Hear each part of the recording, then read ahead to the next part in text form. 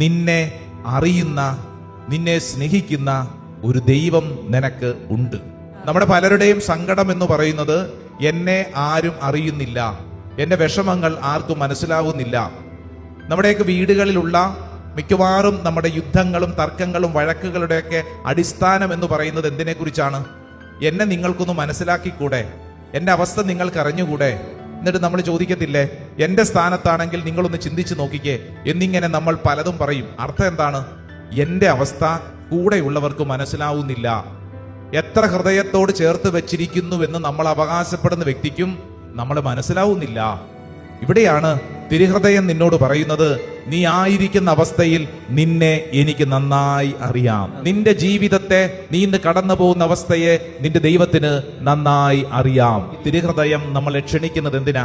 നമ്മുടെ പൊട്ടിത്തകർന്ന മുറിവേറ്റ ഹൃദയത്തെ തിരുഹൃദയത്തോട് ചേർത്ത് വെക്കുമ്പോൾ ആ തിരുഹൃദയത്തിൽ നിന്നൊഴുകിയിറങ്ങുന്ന തിരുരക്തവും തിരുജലവും നിന്റെ ഹൃദയത്തെ സൗഖ്യപ്പെടുത്തും.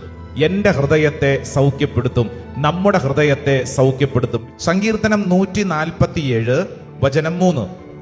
അവിടുന്ന് ഹൃദയം തകർന്നവരെ സൗഖ്യപ്പെടുത്തുകയും അവരുടെ മുറിവുകൾ വച്ചുകെട്ടുകയും ചെയ്യുന്നു. അവിടുന്ന് ഹൃദയം തകർന്നവരെ, എങ്ങനെയുള്ളവരാണ്? ഹൃദയം തകർന്നവരെ. ഹൃദയം തകരുക എന്ന് പറഞ്ഞാൽ എന്താ അർത്ഥം? ഹൃദയം തകരുക എന്ന് പറഞ്ഞാൽ എന്താ അർത്ഥം? ഹൃദയം എന്ന് പറഞ്ഞു കഴിഞ്ഞാൽ സ്നേഹമാണ്. Heart equal to love.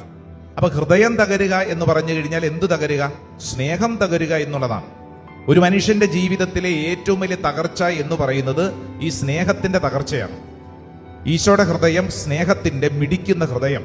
നമ്മളോട് പറയാണ്, നിന്റെ ഹൃദയത്തിന്റെ മുറിവുകൾ, നിന്റെ ഹൃദയത്തിന്റെ തകർച്ചകൾ ഇതാ ഈശോ മിടിക്കുന്ന ഹൃദയത്തോട് പറയുന്നു, ഇതാ സൗഖ്യമാണ്. നിന്റെ ഹൃദയത്തിന്റെ മുറിവുകൾ യേശുവിനോട് ചേർത്ത് വെക്കുമ്പോൾ നീ സ്വീകരിക്കുന്നത് സൗഖ്യമാണ്. ഇത് ഈ നാളുകളിൽ നമുക്ക് ഈശോ നൽകുന്ന വലിയൊരു വാഗ്ദാനമാണ്. നിന്റെ ഉള്ളിൽ എത്ര വലിയ മുറിവുകളുണ്ടെങ്കിലും, എത്ര വലിയ സങ്കടങ്ങളുണ്ടെങ്കിലും ആ മുറിവുകൾക്കും സങ്കടങ്ങൾക്കും ഉത്തരമുണ്ട്. പരിശുദ്ധ അൽത്താരയിൽ ഉത്തരമുണ്ട്.